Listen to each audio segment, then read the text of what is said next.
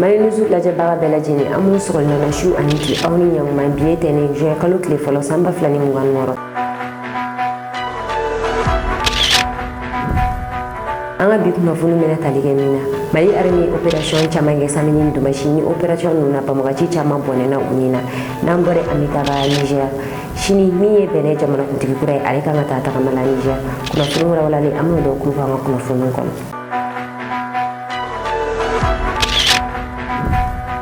Kunnafoni daminɛ la citerne 776 o de donna an fɛ yan Bamakɔ bi sɔgɔmada joona in na. Dɔgɔkun tɛmɛnen ka daminɛ samedi la ni ka taa dimanche la Bamakɔ station dɔw commencera essence bɛ ka manquer yen nɔ a kɛra sababu ye ka mɔgɔw jɔrɔ kosɛbɛ. Mɔgɔw kun jɔrɔla ko essence ko gɛlɛya k'a bɛna daminɛ tuguni nka nin ye kunnafoni duman ye ka da o tulo kan. Ka da o tulo kan k'a fɔ min ye essence citerne 776 o de donna an fɛ yan nɔ bi tɛnɛn sɔgɔmada in na ni o bɛnna juin kalo tile fɔlɔ ma. O b'a yira k'a fɔ dɔgɔkun bɛ ban yɔrɔ dɔ Bamakɔ station bɛɛ lajɛlen essence bɛna sɔrɔ a bɛɛ lajɛlen na.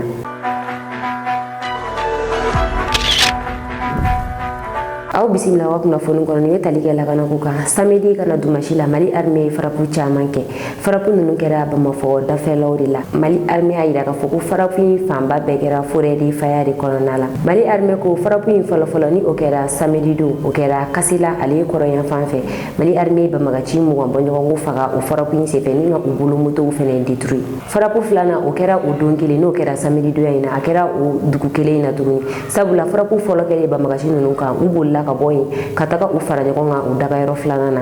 Mali armée ka sanfɛ kɛlɛkɛminɛnw olu tun bɛ ka u jateminɛ kosɛbɛ olu ye frappe kɛ u ka u dagayɔrɔ filanan in fɛnɛ na ni ka u bɛɛ détruit ani moto minnu bɛ u bolo. O frappe filanan in na min ye banbagaci mɔgɔ 30 olu de nin tora o la. Frappe sabanan o kɛra Zantigila ka taga ale kɔrɔyan fan fɛ Mali armée frappe kɛ banbagaciw ka o yɔrɔ kofɔlen na. Banbagaci mɔgɔ 15 olu de fagara o frappe in na ni ka olu bolominɛ dɔw sɔrɔ k'u ka moto dɔw détruit fɛnɛ. Armée ni communiqué in kɛ bi sɔgɔmada ni o kɛra juin kalo tile fɔlɔ. Mali armée a yira k'a fɔ Kulukoro mara bɔlen kɔ a la Mali armée ye frappe dɔ kɛ Sofara ni o bɛ Mopti région kɔnɔna la. O frappe in fɛnɛ kɛra banbagaciw ka o yɔrɔ kofɔlen in na. Mali armée ye frappe kɛ banbagaciw ka u ka dagayɔrɔba dɔ la. Mali armée a yira k'a fɔ frappe in kɛra frappe de précision ni o kɔrɔ tɛ dɔwɛrɛ frappe dabɔra min kama a ka jigin o kan mɔgɔ wɛrɛw bɛ a yɔrɔ la nka frappe in dabɔra yɔrɔ min kama o yɔrɔ dɔrɔn ka détruit k'a sɔrɔ a kɔlɔlɔ ma se mɔgɔ wɛrɛw ma. O frappe in kɛra o cogoya in de la. Armée ko min ye duguma kɛlɛkɛcɛ dɔ ye olu wililen k'u kunda frappe in kɛyɔrɔ kan ni ka taga a bilaw lajɛ banbagaci minnu ni tora a la ani minɛ minnu bɛ yen nɔ.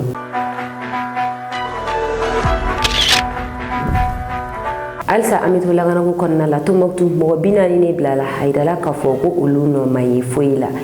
Ka kɛ ni attaque min kɛra an fɛ yan nɔ Mali la ni attaque in kɛra avril kalo tile 25 a kɛra Mali fan caman fɛ o attaque ko in kɔnɔna la ka kɛ ni gendarmerie mɔgɔw ka wulikajɔ ye dugu kɔnɔna la u kun ye mɔgɔ caman minɛ sira kelen don mɔgɔ minnu ma mɔgɔ 40 olu labilala n'a yirala k'a fɔ ko olu nɔ tɛ foyi la. Kalo kelen enquête kɔfɛ sɛgɛsɛgɛliw bɔlen kɔ a la a yirala k'a fɔ ko ni mɔgɔ ninnu ko u nɔ tɛ foyi la mais kalo tile 25 ni mɔgɔ kofɔlen ninnu labilala.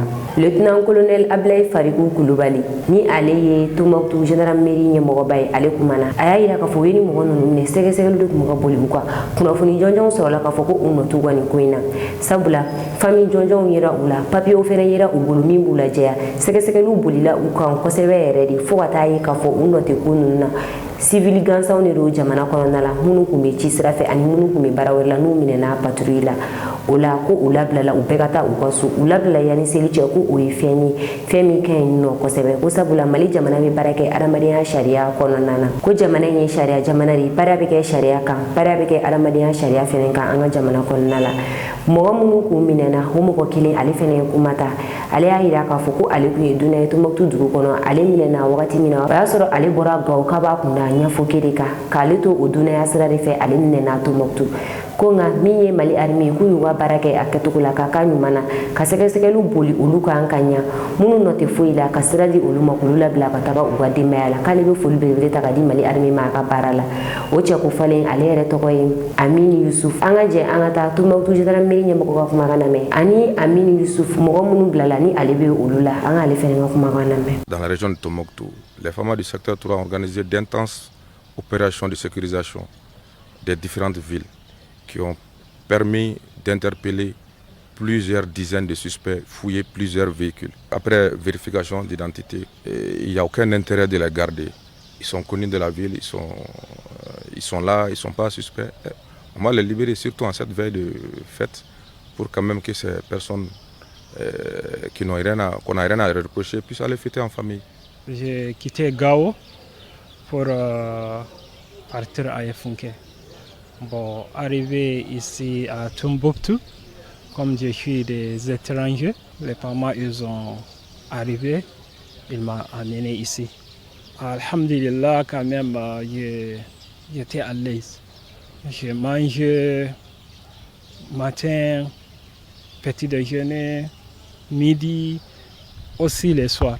De tout, même si je suis chez moi, il faut que je cherche ce que je dois manger.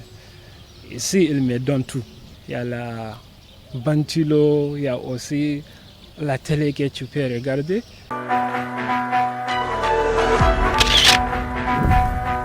Kunnafoni filana aka transport bisi dɔ yɛlɛnna Bamagaciw ka mugujugu dɔ kan aka transport ale bisi yɛlɛnna Bamagaciw ka mugujugu dɔ kan bi sɔgɔmada in na min ye mɔgɔ 5 ye o fatura mɔgɔ 10 kɔ olu de ye joginna ni bisiko kasara in na min ye Afrika Corse ni o ye irisiw ye minnu bɛ baara la an fɛ yan nɔ an ka jamana kɔnɔ olu y'a yira k'a fɔ ko ni wagati na min ye jeune mɔgɔw ye u tɛ ka sɔn k'u kɔgɔ da Mali armée n'a dɛmɛbagaw kɔgɔ la tuguni u bɛ ka u ɲɛsin civiliw de ma ni ka olu faga ani ka tiɲɛni don Mali kunna a ka sɔrɔ daw sira fɛ Afrika Corse ale ye nin kuma in fɔ bisi min ye nin accident in kɛra kita ale ni Bamakɔ ni ɲɔgɔn cɛla la dugu dɔ bɛ nin nɔ ko Soribugu n'i tɛmɛna o dugu kofɔlen na accident in kɛra o yɔrɔ in de la ni min bɔra nin accident in na n bɛn'o da aw tulo kan mɔgɔ minnu kɔni joginna u ye dɛmɛ don olu ma joona ni ka taga ni olu ye dɔgɔtɔrɔsow la.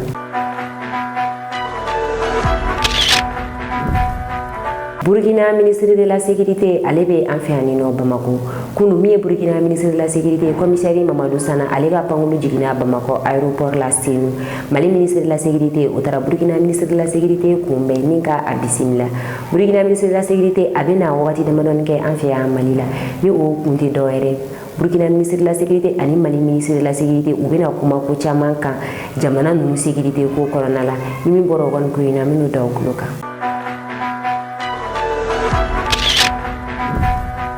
Kunnafoni sabana Bɛnɛ jamanakuntigi sini ale na taga Niger tagama la Bɛnɛ jamanakuntigi kura ni ale tɔgɔ ye Oromiyadi Wadanyi sini ale bɛna taga General Chani fɛ Niger a sigilen fanga la tile 10 kɔfɛ a bɛna wuli ka kunda General Chani ka jamana kan Oromiyadi Wadanyi ni message a bɛ ka message min lase a ka jamana kɔnɔdenw fo ka taa se Niger jamana kɔnɔdenw yɛrɛ ma ale ni Afrique bɛɛ lajɛlen min a ka jamana kɔnɔdenw ta ye message in tɛ dɔwɛrɛ k'a yir'u la k'a fɔ Niger ale ni Bɛnɛ foyi tɛ se k'u bali ko u tɛ baara kɛ ɲɔgɔn fɛ min ye Afrique jamana tɔw ye Bɛnɛ jamanakuntigi kura bɛ k'a yira k'a fɔ ale kan ka baara daminɛ ni jamanaw ye a bɛna daminɛ ni jamana minnu ye o ye ani jamana minnu bɛ ɲɔgɔn kɛrɛfɛ fɔlɔ a b'a daminɛ olu la ni ka se jamana wɛrɛw ma Bɛnɛ ale ka sɔrɔ sira o caman tun bɛ sɔrɔ Niger sabula Niger minɛ caman tun bɛ bɔ Bɛnɛ port fɛ wa min ye Niger ka pétrole ye o bɛ tɛmɛ Bɛnɛ de fɛ nka kɔsa in na Niger u ka minɛ caman bɛ ka taa Lomé port de la o hukumu kɔnɔna la Bɛnɛ jamanakuntigi kura ye a bɛna wuli ka kunda General Chani kan u bɛna sigi ka kuma kɛ fɛn caman kan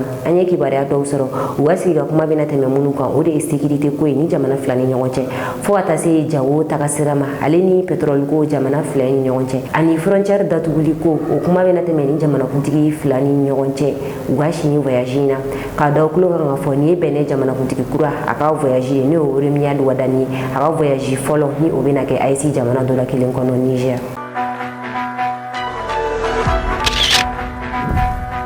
Kunnafoni na wajurukɛla Maliki Tesoge ale ye kuma porokotolen fɔ wajurukɛla Maliki Tesoge ale ye dɔgɔnɔ ye a ye kuma min fɔ kuma in a digira dɔgɔnɔdenw na kosɛbɛ a kuma cayara kɛra sababu ye dɔgɔnɔdenw caman bɔra a ka kuma wajurukɛla Maliki Tesoge a bɔlen ka na seli foli la o foli in kɔnɔna la a ye kuma porokotolen fɔ sabula a y'a yira k'a fɔ gɛlɛya min bɛ dɔgɔnɔw ka dɔgɔnɔdugu la a y'a da don o gɛlɛya in na o kuma senfɛ a ko cɛ ye min ye dɔgɔnɔdugu in na ko o de ye k'a fɔ dɔgɔnɔw sigilen don yɔrɔ min na ko fulaw de kun sigiyɔrɔ don dɔgɔnɔw nana fulaw gɛn ka bɔ yen ka u sigi ko fulaw bɛ fɛ ka na dɔgɔnɔw ka wuli ka bɔ olu sigiyɔrɔ la u ka segin ka u sigi yen nɔ k'ale yɛrɛ ye dɔgɔnɔ ye ko nka ko nin de ye ko in tiɲɛ ye a kɛlen kɔ ka nin kuma in fɔ a ye dɔgɔnɔdenw tɔɔrɔ kosɛbɛ dɔgɔnɔ sifinw ka association dɔ bɛ yen nɔ a kɛra sababu ye olu wulila ka taa cybercriminalité la ni ka taa plainte don Maliki Tesoge ale contre la ko cybercriminalité k'a wele a k'a yɛrɛ ɲɛfɔ sabula a ye kuma caman fɔ a ka video kɔnɔ kuma min bɛ dankari kɛ dɔgɔnɔw la kosɛbɛ a bɛ lagosi ta ka ɲɛsin dɔgɔnɔw ma a ka kuma ninnu kɔnɔna la an ka jɛ an ka kumakan ninnu yɔrɔ dɔw lamɛn ka segin ka na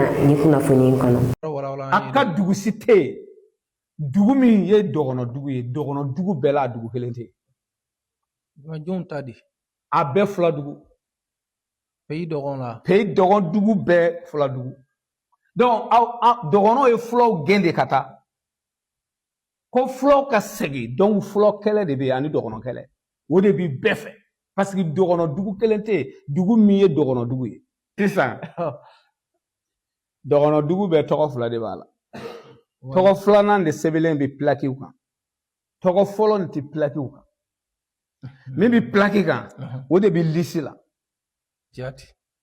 o min bɛ lisi la olu de ta ye dugu ye donc n'olu taara aw y'o gɛn yeli la o de bɛ donc u ye dɔgɔnɔ dugu kɛlɛ kɛ fɔlɔ kɛlɛ dɔgɔnɔ kɛlɛ u y'a kɛ a kun ye o de ye quoi k'a sɔrɔ o tɛ quoi.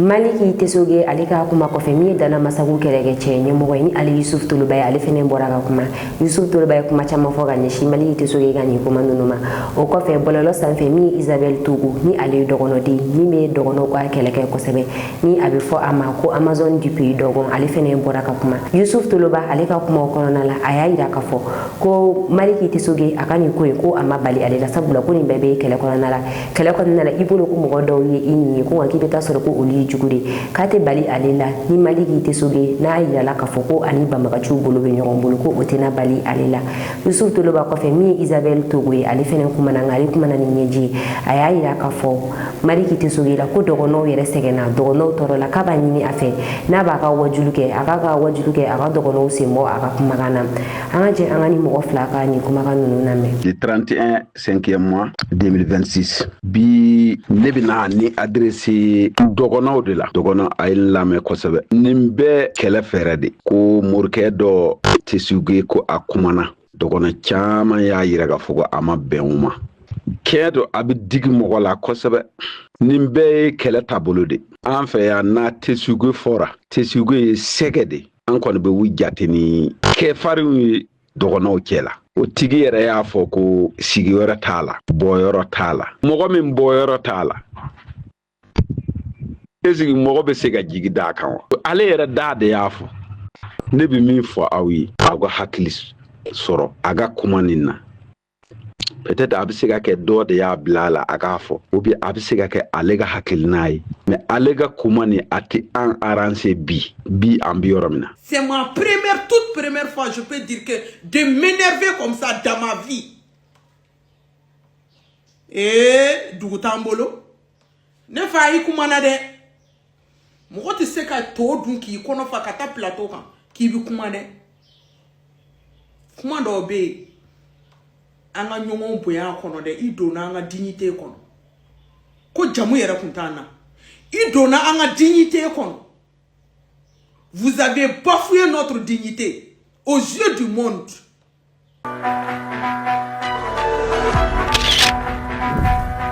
ko in kɔni a taara ka Maliki Tesoge yɛrɛ bolo da bi tɛnɛn sɔgɔmada in na a bɔra k'a yafa deli kɛ a bɔra k'a yira k'a fɔ ko ale ye kuma min fɔ k'ale filila k'a bɛ yafa deli dɔgɔnɔden bɛɛ lajɛlen fɛ ale ni maliyɛnden bɛɛ lajɛlen an ka jɛ an ka yafa deli kɛw lamɛn. Imam Maliki Tesoge de don dɔgɔnɔdenw bɛɛ lajɛlen tɔgɔ la ka bɔ ka yafa ɲini aw bɛɛ fɛ bi an bɛ yɔrɔ min na an tɛ dɔgɔnɔdenw ka fitinɛ fɛ an bɛ an ka ɲɛta de fɛ mɔgɔ caman y'an wele ka kuma an fɛ an b'u bɛɛ fo donc mɔgɔ caman ye an nɛni ni video ci an ma ka sɔn caman yɛrɛ y'an wele k'an nɛni k'an dɔgɔya ka fɔ k'olu ci ka fɛn bɛɛ kɛ mais kuma tɛ nin si kan explication fana dili a nafa ka dɔgɔ sabula ni ko ko ɲagamina aw faamu man di kosɛbɛ an ka kuma ale mɛnna retour ma mɛn ala b'a dɔn fo ka n sa ne tɛna ŋaniya juguya ta ka ɲɛsin dɔgɔnɔ dugu ma o tɛ kɛ ne dɔnbagaw b'o dɔn minnu bɛ n kɛrɛfɛ olu yɛrɛ b'o kalama mais faamaw k'a dɔn dɔgɔnɔ kɛlɛ ni fula kɛlɛ ni dɔgɔnɔ kɛlɛ tɛ torolisiya kɛlɛ de don donc n ka kuma ale taara mais retour ma ta dɔgɔnɔw ma faamu o k'a kɛ ala kama o ka yafa Maliki ma o k'a fitinɛ bɛɛ jɔ o ka yafa ne ma wa n jo t'a la a y'a kɛ ala kama an ka tɛmɛ ni baara wɛrɛ ye an ka tɛmɛ ni kuma wɛrɛ ye. kunnafoni duruna defu baaraw daminɛna bi mali fantan nani bɛɛ lajɛlen fɛ bamakɔ yan nɔ minisiriw ye defu baaraw lancement kɛ ekɔliso dɔw la nka min ye région kɔnɔnaw ye min ye gouverneur ye ani gouvernement baarakɛla dɔw olu ye baara lancement kɛ région kɔnɔna ninnu na ɲina defukɛla 300 ani 37 olu de bɛ ka defu kɛ ɲina mali kɔnɔna la defu ni o ye diplôme fɔlɔ kalan yɛrɛ kɔnɔna la an ye kucala lancement jɔw sɔrɔ min ye kucala ye gouverneur ale ka directeur de cabinet o de ye kucala defu lancement kɛ ni o lancement kɛra ekɔliso min na o de ye école fondamentale Kuroko Koni a lancement kɛra yen nɔ de gouverneur ka directeur de cabinet yɛrɛ ale yɛrɛ tɔgɔ ye Ama Keita a kɛlen ka baara ninnu lancement kɛ a y'a yira kalandenw na k'a fɔ k'u k'u hakili sigi defu fɛn gɛlɛn tɛ ko i bɛ min kɛ kilasi kɔnɔ i bɛna sigi examen kɛyɔrɔ la o kelen de bɛ di i ma sujet dɔw yɛrɛ bɛ d'i ma examen kɛyɔrɔ la minnu bɛ d'i ma kilasi kɔnɔ k'olu ka gɛlɛn ni o ye k'a bɛ hakili sigi de ɲini u fɛ u b'u ka baara kɛ hakili sigi kɔnɔna na an ka jɛ an ka taa ka kumakanw lamɛn. Aux élèves, je dirais d'être tranquille. N'ayez pas peur, parce qu'aujourd'hui c'est le DF. Vous allez voir tout de suite que les sujets qu'on va vous soumettre sont plus faciles que les sujets de devoirs ou de composition que vous avez eu durant l'année. C'est le mot DF seulement, le mot examen qui fait peur.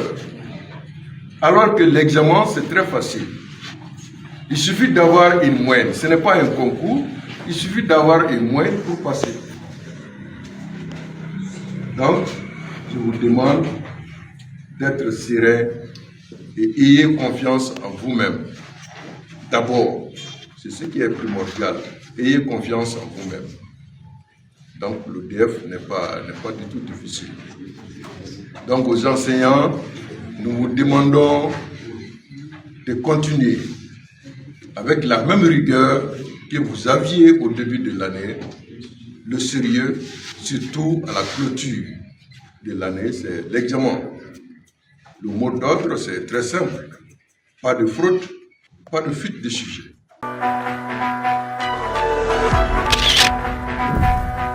kunnafoni kuncɛla burkina armée minɛn caman escorté ka bɔ burkina kɔrɔyan fanfɛ ni ka taa n'a ye dugu fila la burkina ni o dɔ ye seba ale ni solande seba ale ni solande ninnu ye dugu ye minnu bɛ burkina bɛnɛ ni niger frontière la nka u bɛ burkina de fɛ ni dugu ninnu bɛ se ka kalo 6 de kɛ k'a sɔrɔ minɛnw ma se u ma o hukumu kɔnɔna la min ye burkina militaires ye u ye minɛn dɔw escorté ni ka u kunda ni dugu kofɔlen ninnu kan min ye jamana ka reportage kɛla dɔ ye ale tun bɛ nin convoi na ni ka militaires ka baaraw ka reportage kɛ ka na yira jamana kɔnɔdenw na militaires bɛ sɛgɛn min na terrain kan nin convoi in kɔni tagali a gɛlɛyala kosɛbɛ sabula jaw bɔra ja minnu ka gɛlɛn convoi in kɔni ɲuman sera min ye burkinabɛw ka nin convoi ye mobili kelen ale de yɛlɛnna murujugu kan mobili min yɛlɛnna murujugu kan mɔgɔ 4 olu joginna o mɔgɔ 4 ninnu u ye olu ta ka taga ni olu ye dɔgɔtɔrɔso la convoi in tɔ kɔni sera ka se a seyɔrɔ la ni convoi in na min ye burkina VDP dɔ ye ale de tun bɛ convoi in ɲɛma ka taa se dugu fɔlɔ ni o ye sɛba ye fɔ ka taa se solande ale de ye convoi in bɛɛ kɛ ni o ye ni ale ye donso ye donsokɛ in kun labɛnnen don a ka kɛlɛkɛminɛnw na fɔ ka fara marifaw kan a y'a yira k'a fɔ ale bɛ dugu in dɔn kosɛbɛ ale de tun bɛ burkina armée ɲɛma moto la ni ka convoi in boli ni o ye an ka jɛ o la burkina télévision nationale la. Les fantassins aguerris reprennent donc la route en ce mois d'avril. Donc c'est le chef de mission, le lieutenant Jason. Et Jason, on vous a amené un ami. Prenez bien soin de lui. Nous venons de faire la connaissance d'un chef de guerre affable. Déterminé, l'officier a la responsabilité de conduire le convoi à bon port. 2 relèves suivent. Le 41e RIC et le groupement de sécurité et d'intervention de la gendarmerie nationale. Ici, c'est toute la puissance de l'État qui est en branle, l'étendard y compris. La mission est de ravitailler Seba et Solhan. La première étape est à 90 km. Un circuit miné de risques, mais auquel l'unité s'est habituée. Attentif à ne jamais se laisser surprendre, car les terroristes affaiblis dans leur capacité offensive misent désormais sur les mines artisanales. Ces engins rudimentaires sont devenus leur arme de prédilection. Mais face à cette menace insidieuse, les militaires affinent leur technique. La commune de Sampelga est dans le viseur des hommes. C'est une localité stratégique alors devenue dangereuse. Et pour la traverser, l'unité va devoir sortir le grand jeu. Barre de fer, roulette, boulon et vis. L'engin est monté pièce par pièce dans une mécanique de précision. C'est un dispositif qui permet de contrôler les idées au cours de notre progression. Donc, il est très efficace pour nos manœuvres. C'est du made de Burkina. Bansi est assemblé sur le terrain et est appelé à se perfectionner pour changer davantage le cours de la guerre contre le terrorisme. Ici, l'innovation n'est pas un luxe. Elle est une nécessité vitale et stratégique qui fait avancer avec assurance. Parce que les hommes en ont besoin pour franchir cette étape décisive. Dans le village de Issa Gariel, là, c'est là-bas qu'il y avait le rassemblement des gars. Oui, oui. Et maintenant, quand nous on est venus, maintenant ils ont fui. Et c'est là qu'ils ont eu à laisser tout ça là. Des fouets pour appliquer la charia. C'est une justice sélective qui éventre et égorge. Mais depuis la nuit dernière, le tribunal s'est effondré. Du moins pour l'instant, et ses attributs cheminent vers Seba. Avec cet adolescent, fils d'un terroriste en débandade. Un fait étonnant et impensable il y a à peine quelque temps. Avant, c'était pas possible. C'était même pas possible. Mais maintenant, ça va. Et même, ils sont en train de chercher un match nul. Merci beaucoup. Un match nul. Ou plutôt un compromis fragile, un échappatoire pour éviter l'inévitable, la mort. Dans ce territoire longtemps marqué par la terreur, l'équilibre des forces semble vaciller. Aujourd'hui, les combattants paradent.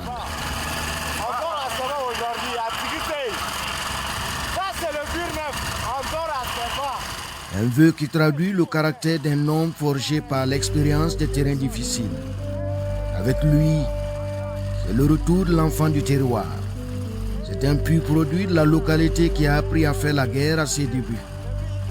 Je rêve de voir la fin de cette déferlante.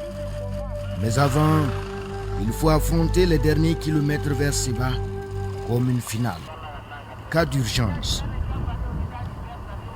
Une mine artisanale vient d'exploser en portant l'essentiel du véhicule.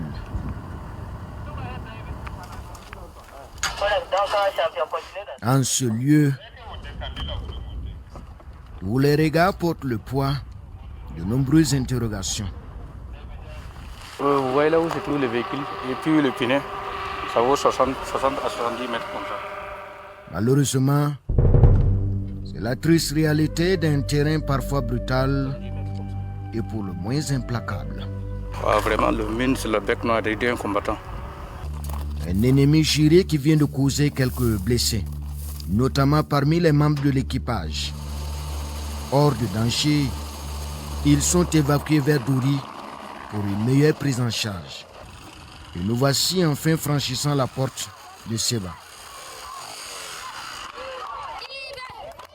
L'accueil est chaleureux. L'ambiance est vibrante, résolument festive.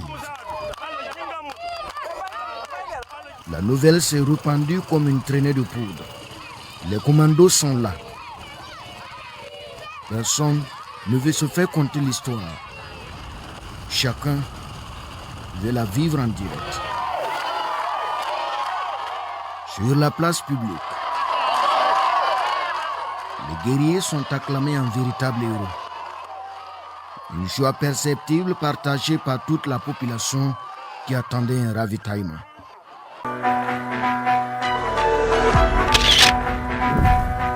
Ine ko yanga bi kuna foni ga daw ko awni ci agala jël go ñumana an fodi mala je baga bela jeni kerege nena munu me ga na je ga ko Côte d'Ivoire aw ka me wakati wel kasega kuna foni jeli ni kadi awma ani ka do aw jigi ko ro kuna foni kula mali nuzu mago bi aw ga demena dorome keme kalula ni mogo munu me fe ka ni deme du ama abe se ga wari ci numéro ina bi kononton ani kili muwa ani kili binani bishegi ani nani n'aw ye wari ci a kana ɲinɛ ka aw tɔgɔw fɛnɛ ci anw ma k'a dan lamɛnbaga bɛɛ kulo kan k'a fɔ min y'an ka whatsapp groupe ye ko a sɔnna mɔgɔ mɔgɔ n'i bɛ fɛ ka don an ka whatsapp groupe kɔnɔna la a lien bɛ nin video in duguma walima i ka an ka numéro ta page sanfɛ ka kuma an fɛ i bɛ an ka whatsapp groupe sɔrɔ